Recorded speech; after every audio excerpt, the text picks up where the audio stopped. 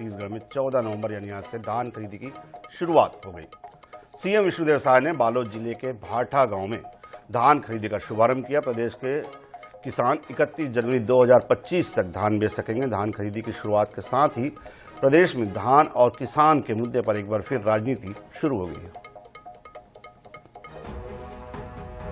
छत्तीसगढ़ में धान खरीदी शुरू। इस साल होगी 160 लाख मीट्रिक टन धान की खरीदी। किसान 31 जनवरी 2025 तक बेच सकेंगे धान। 25 लाख से अधिक किसानों से होगी धान की खरीदी। छोटे किसानों को 2 और बड़े किसानों को 3 टोकन मिलेंगे। बायोमेट्रिक सिस्टम से होगी धान की खरीदी। 72 घंटों के भीतर होगा भुगतान। छत्तीसगढ़ में इस बार 160 लाख मीट्रिक टन धान की खरीदी की जाएगी। इसके लिए सभी जिलों के धान खरीदी केंद्रों में आवश्यक तैयारियां कर ली गई हैं। मुख्यमंत्री विष्णुदेव साय ने बालोद और खाद्य मंत्री दयालदास बघेल ने सूरजपुर जिले से धान खरीदी की शुरुआत की। वहीं खरीदी शुरू होने के साथ ही सियासत भी शुरू हो गई है। कांग्रेस ने 15 दिन लेट से धान खरीदी की बात कही। पीसीसी चीफ दीपक बैज ने दावा किया कि अब भी कई जिलों में धान खरीदी को लेकर के तैयारियां नहीं की गई हैं। वहीं डिप्टी सीएम अरुण साव और कृषि मंत्री रामविचार नेताम ने धान खरीदी की व्यवस्था पूरी होने की बात कही है। धान खरीदी आज शुरुआत हो चुकी है पूरे प्रदेश में, लेकिन हम लोग लगातार मांग करते रहे कि 1 नवंबर से धान खरीदी होना चाहिए। हमारी सरकार में भी हम लोगों ने 1 नवंबर से धान खरीदी की शुरुआत की थी। तो ये जानबूझकर 15 दिन लेट कर धान खरीदी किया जा रहा है। कहीं ऐसे सोसाइटियों में अभी भी व्यवस्थित नहीं है, न कर्मचारी है, न ही कोई व्यवस्थित है। वहाँ पे किसान 15 दिन से धान को लेकर खेतों में रखवाली कर रहे थे।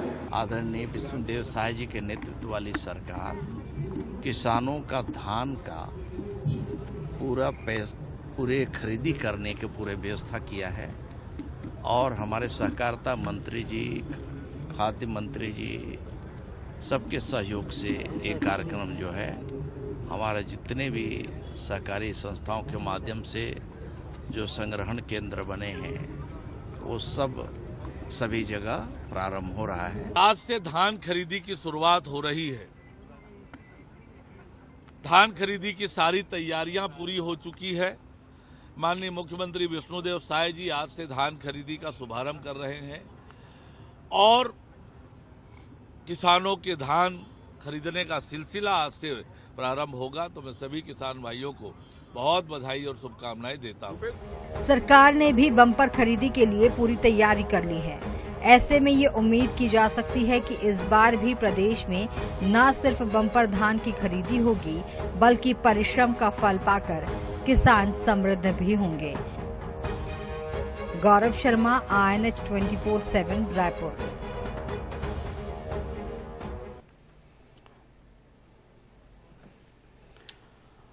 तो धान खरीदी की आज से शुरुआत हो गई है और ये एक तरह से जो सियासत भी उसके साथ ही शुरू हो गई। गौरव शर्मा हमारे सहयोगी बने हुए हैं। गौरव, अगर हमने पिछली कांग्रेस सरकार की हम बात करें, उस समय भी जो है वो धान खरीदी समय यही रखा गया था। तब कांग्रेस ने एक तर्क दिया था कि इस समय तक धान की कटाई हुई नहीं रहती और जो ज़्यादातर जो धान है, जो किस्में हैं, वो 15 नवंबर के बाद ही कट पाती है। इस बार जो है भाजपा जो है वो सरकार में है और सत्ता विपक्ष में खुद कांग्रेस है। तो फिर ये कांग्रेस का तर्क किस मायने में देखते हैं? निश्चित रूप से हर बार यही सिलसिला देखने मिलता है। जब भी कोई पार्टी विपक्ष में होती तो 1 नवंबर से धान खरीदी की मांग की जाती है और अक्सर ये देखने में आता है कि 14 या 15 नवंबर से धान खरीदी की शुरुआत की जाती है। तो इसी क्रम में आज भी धान खरीदी की शुरुआत हुई और पहले ही दिन 55,000 मीट्रिक टन धान की खरीदी की गई है। राज्य के 14,567 किसानों ने अपना धान बेचा। तो इस तरह से आज धान खरीदी की शुरुआत तो हो गई, लेकिन इसी के साथ धान खरीदी को लेकर जो सियासत होती है वो उसकी भी शुरुआत हो गई है। ये जरूर देखना होगा कि आने वाले दिनों में किस तरह से धान खरीदी की व्यवस्थाएं होती, क्योंकि लगातार ये देखने में आ रहा है कि कई जो धान खरीदी केंद्र वहां पर अब तक व्यवस्थाएं नहीं हो पाई है। हालांकि राज्य सरकार की ओर से लगातार प्रयास किए जा रहे हैं कि जो सहकारी समितियों की हड़ताल की स्थिति थी उसे भी निराकरण कर लिया गया उनके मामलों का। तो ऐसे में देखना होगा कि किस तरह से धान की खरीदी होती, क्योंकि इस बार 1,42,000 नए किसान शामिल हुए और इस बार 27,67,000 किसानों ने पंजीयन कराई। ये सबसे बड़ी संख्या धान खरीदी के लिए किसानों के पंजीयन की।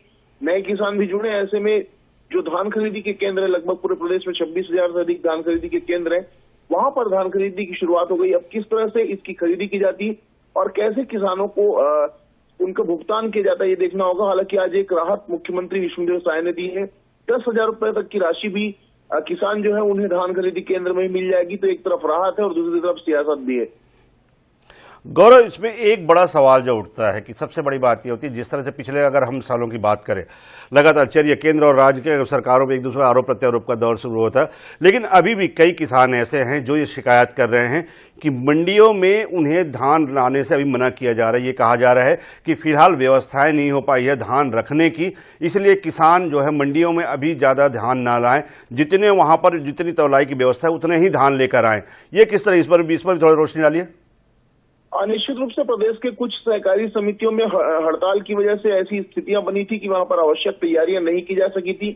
लेकिन धान खरीदी की शुरुआत होने के पहले ही मुख्यमंत्री विष्णुदेव साय के साथ बातचीत के बाद जो सहकारी समिति उनके साथ में सहमति बना ली गई थी और अब धीरे धीरे व्यवस्थाएं की गई। तो कहीं ना कहीं टोकन जो सिस्टम भी है उसी तरह से आगे बढ़ाया जा रहा है।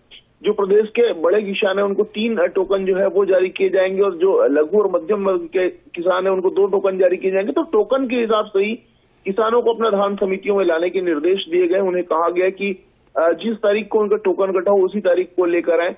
तो कई जिलों में अभी भी धान खरीदी की जो व्यवस्थाएं हैं आवश्यक वो नहीं हो पाई, इस वजह से किसानों को इंतजार भी करना पड़ रहा है। जी, तो तमाम दावों के बीच में कहीं ना कहीं अव्यवस्थाओं का दौर भी है। और जहां तक मंडियों की अगर हम बात करें तो मंडियों में फिलहाल जो है वो भंडारण की व्यवस्था को लेकर किसान भी कुछ नाराज हैं।